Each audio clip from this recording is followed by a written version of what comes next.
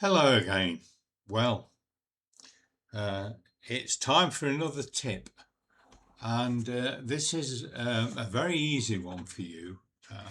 It doesn't involve um, sitting in the power or contacting your mediums or anything like that. Um, it's entitled Read Lots of Books About Spirit. And you can take this, you don't have to therefore go out to a circle or a church or anything like that, but you can have books to hand. I've got some here. Where are we? There's the camera. I've got some here I'm going to go through briefly in a little while. And what will happen if you read through these books, about the spirit, but about the people within the early spiritualism, some of the famous mediums that have lived in the past and done some fabulous work, they're a source of great comfort to you when you realize that they've gone through exactly what you've had to go through and possibly even more difficulties. It's easier now, believe it or not, compared with when it was in the times when spiritualism was very much frowned upon. I know in some places it still is, but let's not say too much about that. In the earlier times of spiritualism, and as you all know, the birth of modern spiritualism, 31st of March 1848, Hydesville, New York State. I'm sure you all know that. Anyway, that's where the history of modern spiritualism started. And there are lots of books by people at that time, but also going from that, as spiritualism expanded, therefore mediumship expanded throughout the world, really, but mainly we're talking North America and the UK. There are lots of books on whichever aspect of mediumship catches your attention. Maybe you're interested in the physical mediumship of the early days, where this thing called ectoplasm produced people and things that could be photographed and seen, and actually wax molds made of perhaps the hands of manifested people. There's a whole range of stuff, and that's very, very interesting in the physical aspect of it. Nowadays, it's very difficult to produce the physical in the same way. Now, we believe it's because of electrical interference and all the stuff that's coming through the atmosphere, using perhaps the same vibration and frequency as mediumship. But at the moment, we don't really know. But for whatever reason, the physical aspects of mediumship are not very common now. So it's worthwhile reading about what used to happen in the past. And then as you read through more modern things, the works of Doris Stokes, many of you know of, Voices in My Ear, and then more voices, children's voices, and all sorts of things. I think she produced about 7 or 8 books. Very good anecdotal aspects of what can happen through primarily clairaudience, which is a good thing. And to have clairaudience of that clarity that Doris Stokes had is remarkable. I did actually witness Doris Stokes' work in the concert hall in Nottingham. 2,000 odd people there, and she could pick people out. Yeah, very remarkable for me at that time. That was the early days of my study of mediumship.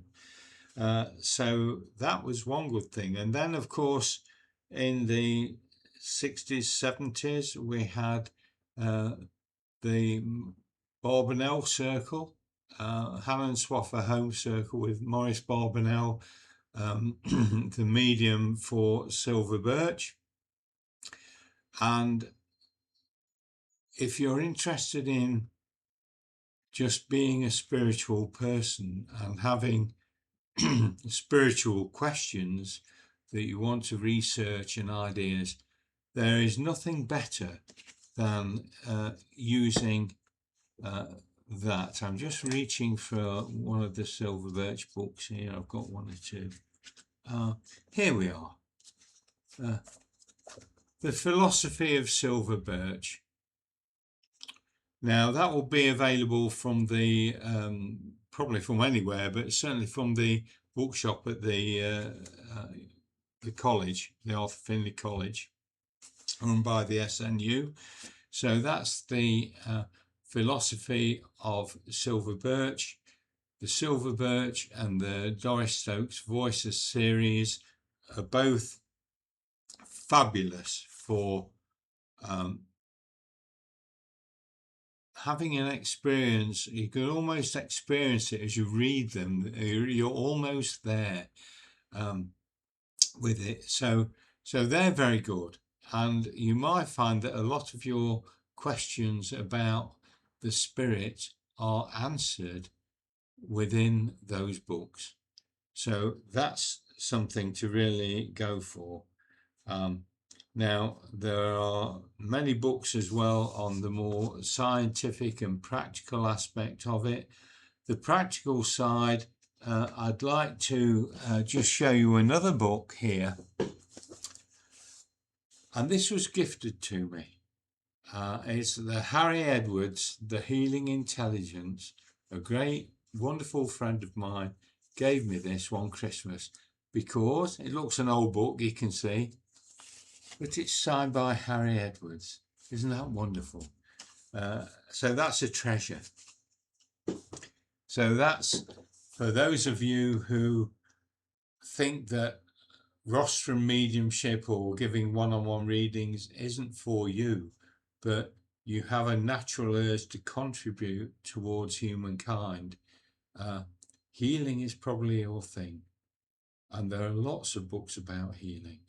So I would consider looking at that as well. And it doesn't have to be instead of, it can be as well as. The very places that I've mentioned in earlier comments for you to go to churches and circles, there's an opportunity there to train as a healer and work with the power in that way. Different energies, and it's well worth pursuing to see how you blend with the healing energies as well as the other aspects of mediumship. So that's good. Now, while we're on the philosophical side of things, I would like you to perhaps consider this little book here. It's not very big, and it gives the religious side, if you like, of spiritualism, the interpretation there of the philosophy of all about working with spirit, what that helps you become, and what you should really try to follow in order to do the divine work which you're all capable of. So that's it's really a bit of a must read, that Philosophy of Spiritualism. If you want to become involved with the Spirit, then please do. But the work of the Spirit just doesn't encompass being the medium going around churches. A great many people work just in the community, just by being them and by spiritually aware. But there are also opportunities within the churches to give of yourself. And again, if you work towards becoming a member of a church committee by attending there, gradually those opportunities might arise. And you can get a great deal of comfort if you've studied this and you find out that perhaps I'm not going to be a great medium, but I can be an okay medium, but I can serve the Spirit through the churches. And that's very, very important. And we have far too few people who are prepared to give 1 or 2 hours a week towards the running of their church. So as you develop as a medium, think about developing as a person who can be the cause that is the effect on others with regard to the growth of the spiritual awareness of humanity. It's a big job. Big job. But the more there are doing it, the tinier part we each have to do. So there's something there with that. Finally, I'd like to come to a point of looking at what other mediums went through in order to achieve what really, with most of these, is greatness. And I'm picking these out at random.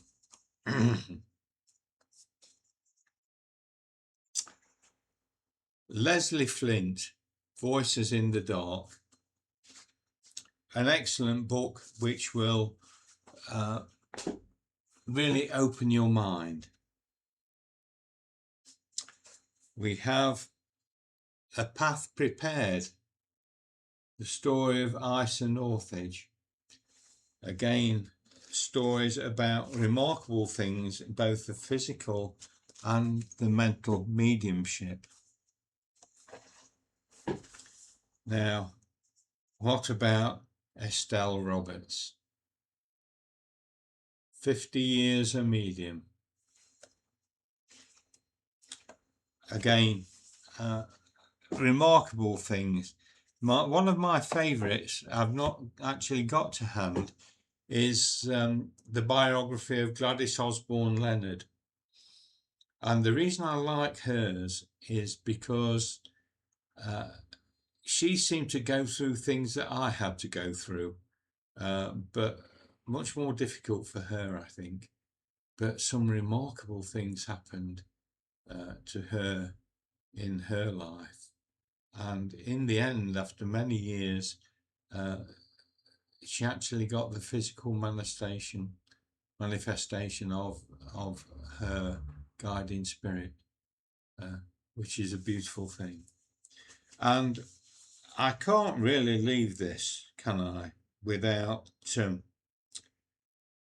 mentioning perhaps the biggest of the whole lot, he says, laughing. My little book, my tiny little book, 101 Tips for the Budding Medium. How about that? Available from me.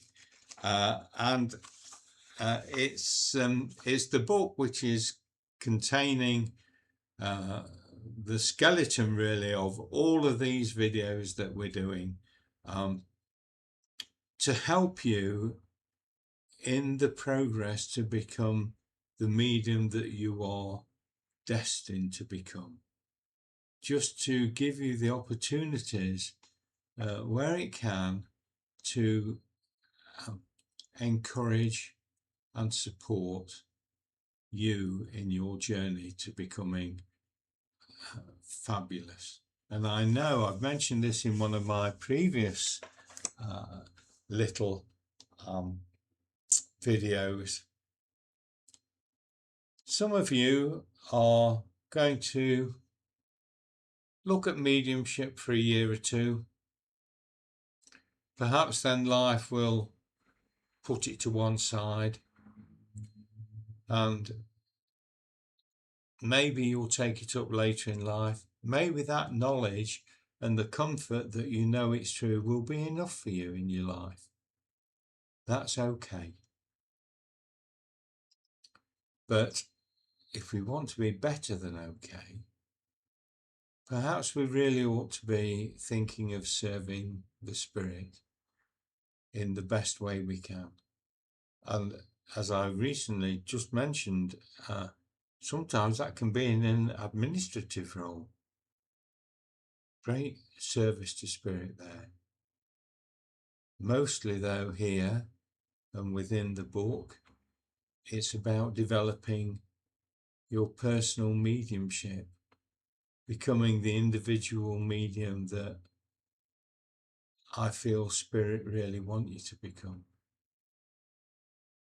So I'm hoping, and I do believe, that many of you will go along that route and be an ambassador of Spirit in a practical way by bringing comfort to those who are grieving, but bringing knowledge to those who seek.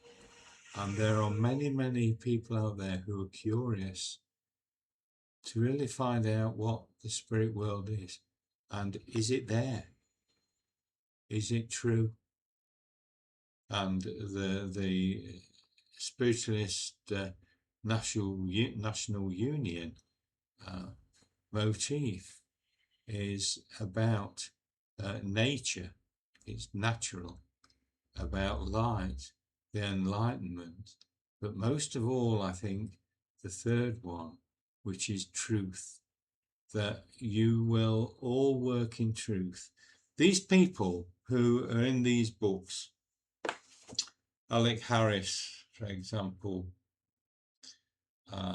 wonderful medium.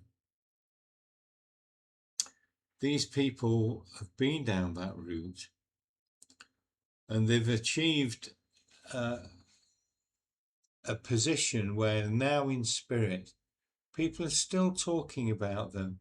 They're still reading about them, finding out what could be done in their time and what can be done now. There's a whole lot of things that develop, and you will notice if you read a lot that the initial early days had a certain form of mediumship. It's moved slightly from the physical to the mental aspects of mediumship, the perception and the control. And the thing about this contact with the spirit worldwide is it's dynamic. We're not stuck 2,000 odd years ago. We are in a place where we believe that the divine forces are working with us in a constant improvement, a constant development, because there's a constant need to help mankind. And really, we want you to be part of that. And I do wonder, I know this channel's in its very early days and still rather small, but with the people in the groups that I've taught and are teaching now, and anybody who has perhaps looked at this channel already, I do wonder just how far it will go. Just who amongst you is going to be that medium that in 50 years' time somebody else is going to write about, and you will be awe-inspiring to future generations of mediums. This comes back, doesn't it, really, to something I said right at the start, I believe, in that never ever limit the power of the Spirit. You can't. How can you limit God? You can't. But you can go into that unlimited potential. And maybe one day you will be another 50 years a medium. Maybe you will be featured in a book, Voices in the Dark, direct voice mediumship. Maybe you'll become like Alec Harris, a physical medium producing actual phenomena. I really think and hope that with pursuing the knowledge of the past and all these fabulous mediums, that it will inspire you to become the best that you can be. And who knows how far that is. As I say, I am fully convinced that amongst you people out there, some of you will be spectacular. And I really hope that my tiny little legacy is that perhaps one or two of those sparks of development have come from here. That will be a wonderful thing for me. That will be astounding. If I can play a part in some of you achieving this greatness within the world of spiritualism, because you're all out there. You're all out there. And please don't ever put a limit on your potential, because there isn't one.